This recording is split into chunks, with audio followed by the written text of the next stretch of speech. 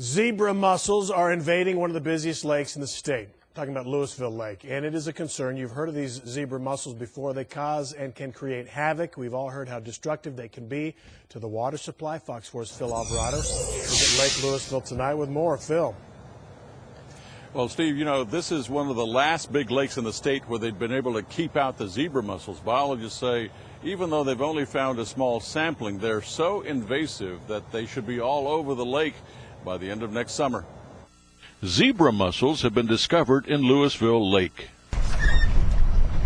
At every other lake where they've taken hold, the zebra mussels have become a problem for boaters and people who fish, and for the rest of us who depend on the water supplies. They clog transmission pipes.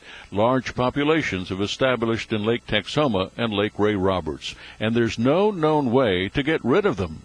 Kind of gut-wrenching. You know, we've had the golden algae and the blue-green algae, and all these things have hit in different years, different lakes. Kevin McCullough and Craig Brabson own Downwind Guide Services. Taking people to the big bass is their business.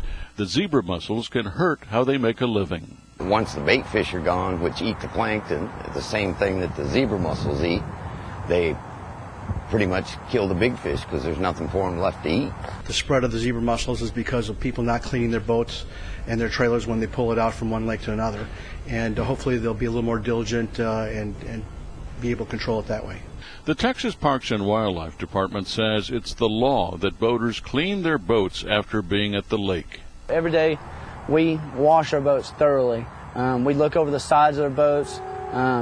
Craig washes his boat really well. And every week we pull our boats out to check to make sure. It's also illegal to transport zebra mussels whether you know you're doing it or not. Mark Perlstein thinks that may be a little harsh. If we can't see it, then how do we know that there might be anything hidden in areas of the boat that we're not seeing? So it's a tough situation. The state says if a game warden finds evidence of a zebra mussel on your boat, you could be fined $500, and that's just for the first incident. Now, there's not much that we can do to keep the zebra mussels out of the lakes.